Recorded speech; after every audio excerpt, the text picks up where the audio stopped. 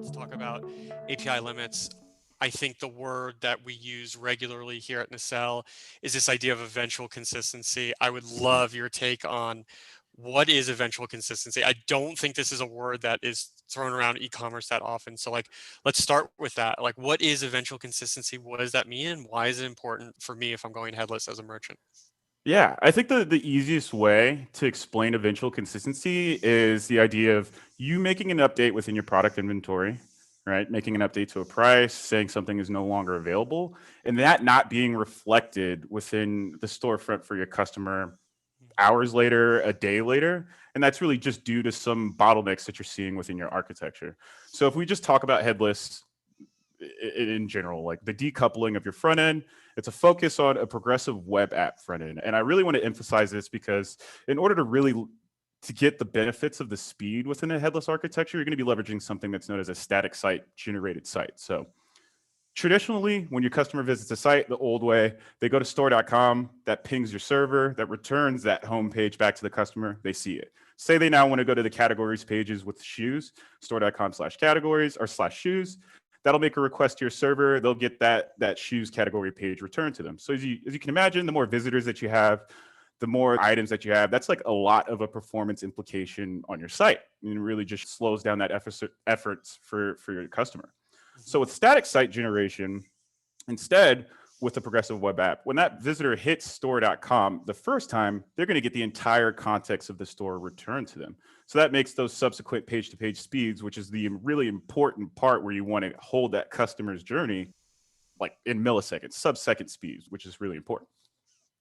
So to kind of loop that back to the eventual consistency issue, again, I touched on this a little bit, but your PWA is going to need to make all these communications for requests for information for your product inventory, for your content management system, in order to properly get that store web front for the customer. So if you think about that static generation where you need the entire context of your site, that's hundreds or even thousands of API calls that need to be made to these systems. So if we look at it from the systems side of view as a business, as a PIM business, as a content management system business, we have a bunch of customers that are using our resources, right? That are using our platform. So we have to protect ourselves so we don't essentially get over flooded with all these API requests. Cause like it's just a huge jump in costs on our end. We don't really need that. So these services will make these API rate limits in order to control that so that doesn't happen.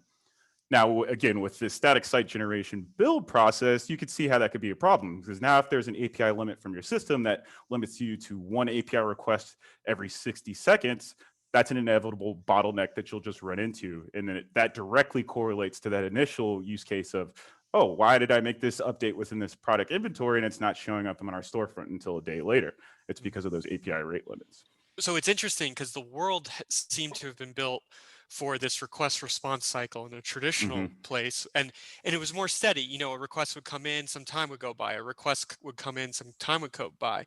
But with static generation and PWAs on the front end, which is really at Nacelle what we think drives these big conversion rate increases, right? So you're going to want it like you're actually making maybe thousands of requests within a short period of time.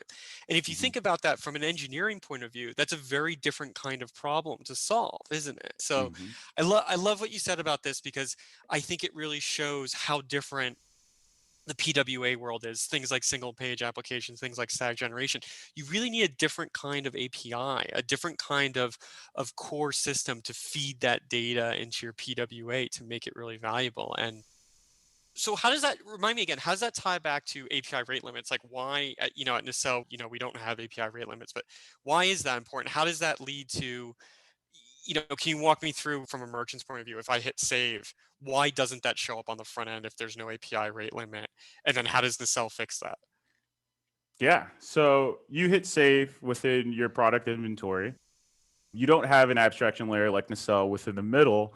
Now, when a visitor comes and goes to store.com and it's making all of these requests, which is just going to be, like you said, thousands of API calls, which is a huge burst of API calls that the product inventory can't handle, that's going to cause that bottleneck. It has to slow down in order to keep making these requests in order to like properly pull and have the most up-to-date version of your inventory. It's not to say that it's not going to get there. It's just will eventually get to be what it should be.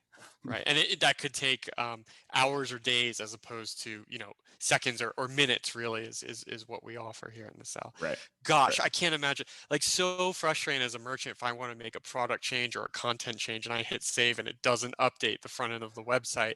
I mean, that Right. basically cripples me from moving forward as a brand. So that's Yeah. that's the good point.